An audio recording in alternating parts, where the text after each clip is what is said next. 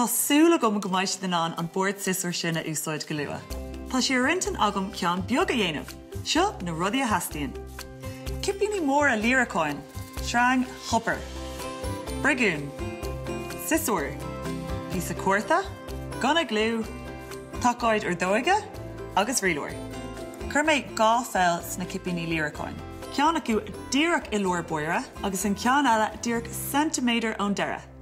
Rinne méid mar seo é, le takáid ar dóige. Brú isteach é, agus tain sé tríd.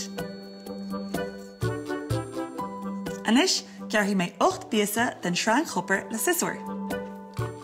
Ba gach píosa hartar 3 cm ar fad.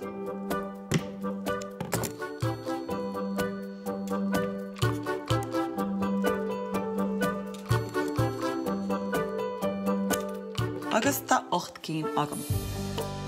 Thóg na písaí srange agus lúb I gro deora idir fad. Anis, tá sóib an deis na cipíní líreacáin. Thóg péir le chéile agus cur I gro ex iad. Ba cóir go mbeadh na puill I lór boire os ceanna chéile. Brú a deor hopper trí na puill. Obair chasta I seo? Tá sé tríd. Brú na herbal hopper síos in aig an cipín. Le nach dúta siad amach.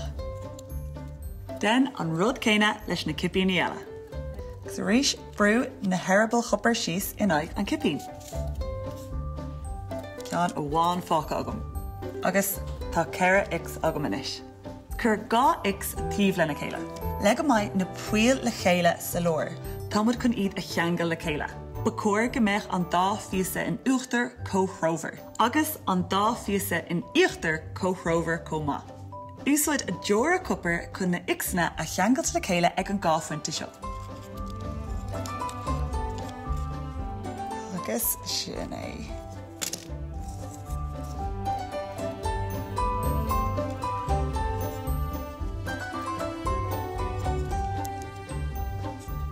Agus tá sé ag boga mar hisúir.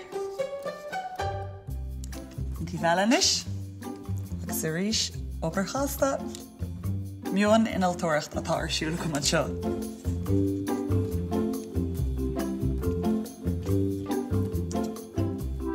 Agus tá an glúiseacht álann scissor ann arís. Anis, gra méid brigún atá ar chomhád le bun agus bór gach tíomh, chun na tíomhanna a cheangal le chéile. Neart glú. Agus cumad lábhar go dtí go bhfuil sé gramathe. Sin go maith.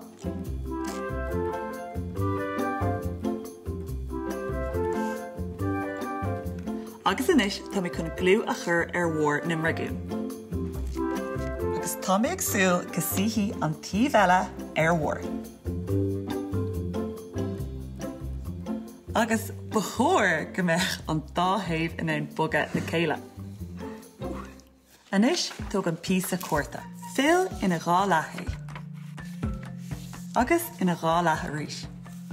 Cur timpeall ar bhrigún amháin é. Agus gramig leis an mrigún sin é. Níor thóir é gramú leis an mrigún ar an taobh eile, mar ba an board ag boga. Úsáid ar board scissor go minic le córa ordú. Neadidir an maith an ceann seo in an sin dhéanamh.